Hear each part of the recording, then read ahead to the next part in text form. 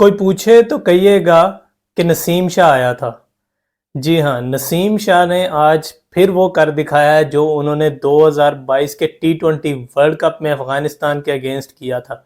मतलब बॉय ने क्या ही बेहतरीन किस्म का फिनिश किया है, पाकिस्तान को एक दफ़ा फिर मुश्किल से निकाला है।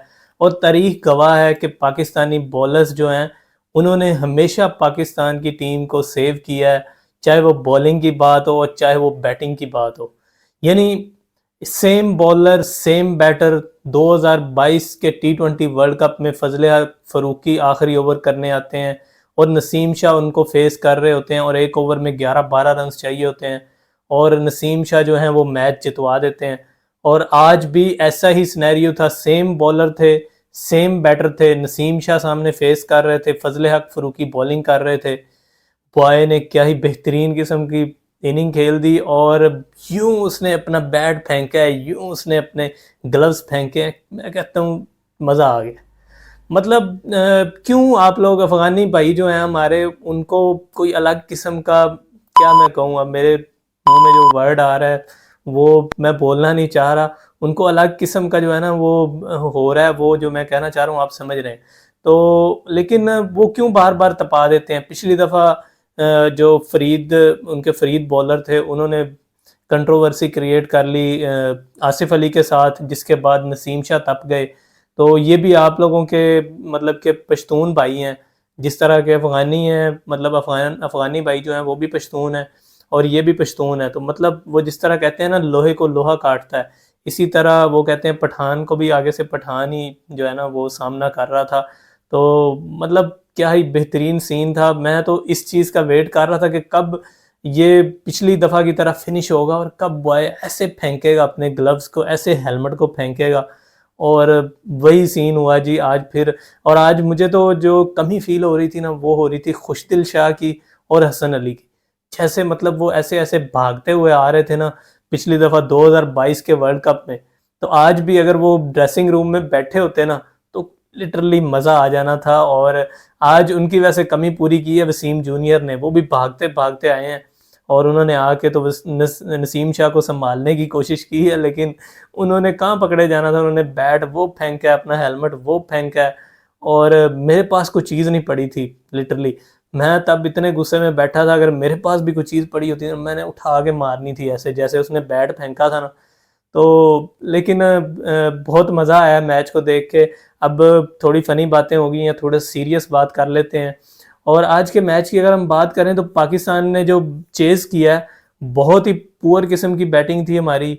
और अर्ली ऑन जो हमने स्टार्ट लिया था वो इतना अच्छा था कि हम ईज़िली जो है ना, हमारा मिडल ऑर्डर जो है, मिडल ऑर्डर का जो मसला है ना वो अभी तक बरकरार है। हमारे ऊपर एशिया कप जो है वो सर पे आ गया है, वर्ल्ड कप सर पे आ गया, लेकिन अभी तक हम लोग इस चीज़ से नहीं सीख पा रहे। मेरे ख्याल से आज हमें एक प्रॉपर बैटर की कमी महसूस हुई है मिडल ऑर्डर में।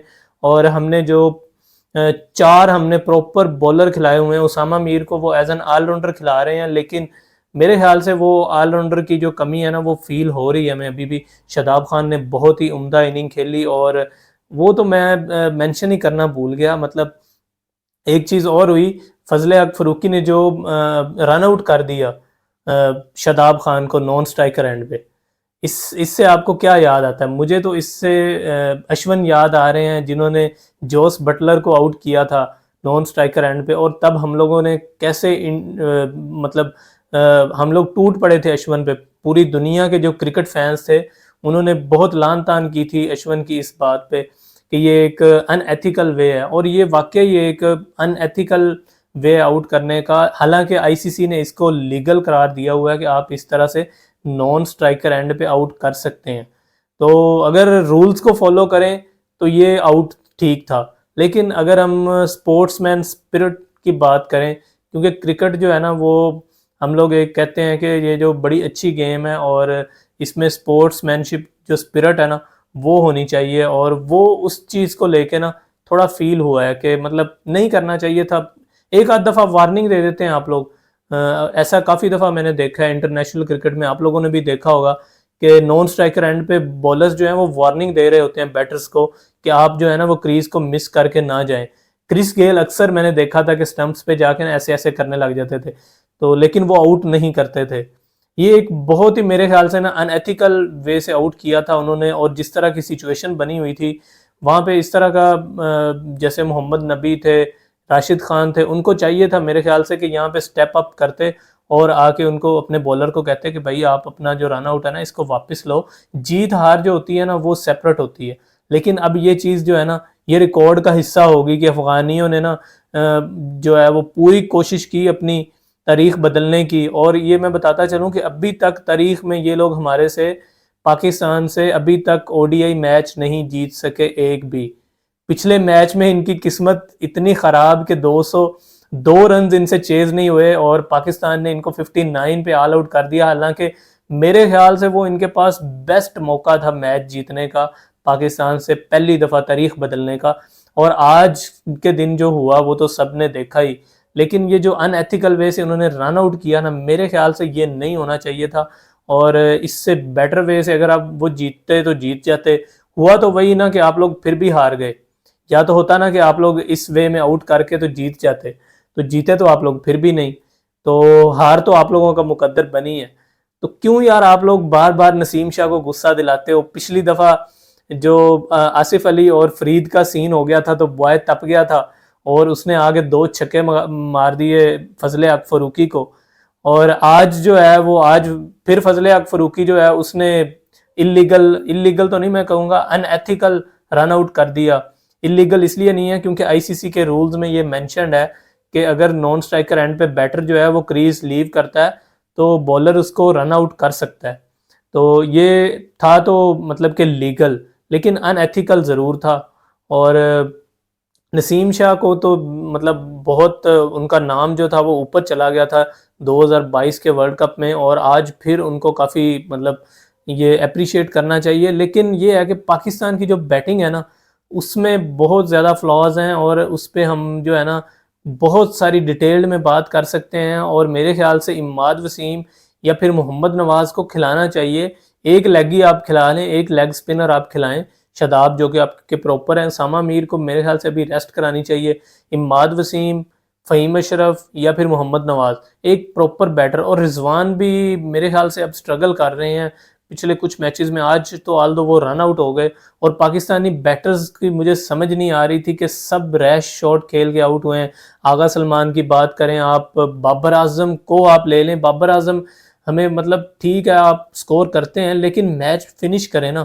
इमामुल हक को देख लें 90 प्लस कर गए लेकिन मैच को फंसा के तो चले गए।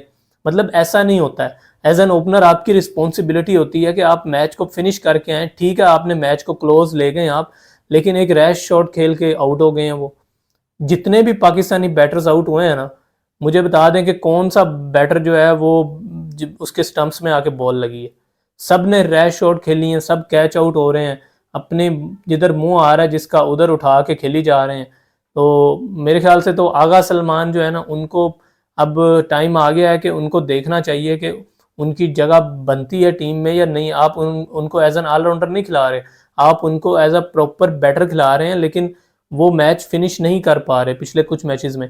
और उनमें बिल्कुल भी वो जो है ना जो रिस्पॉन्सिबिलिटी वाली बात होती है या फिर उनमें मेच्योरिटी की मेरे ख्याल से कमी है अभी तक उनको और इम्प्रूवमेंट की ज़रूरत है। हम उनकी जगह पे हम इमाद वसीम को खिला सकते हैं क्योंकि हमारे पास लोअर ऑर्डर में कोई लेफ्ट हैंडेड बैटर नहीं है। तो मेरे ख्याल से इमाद वसीम जो है वो उसकी जगह बेहतर ऑप्शन होगी हमारे पास।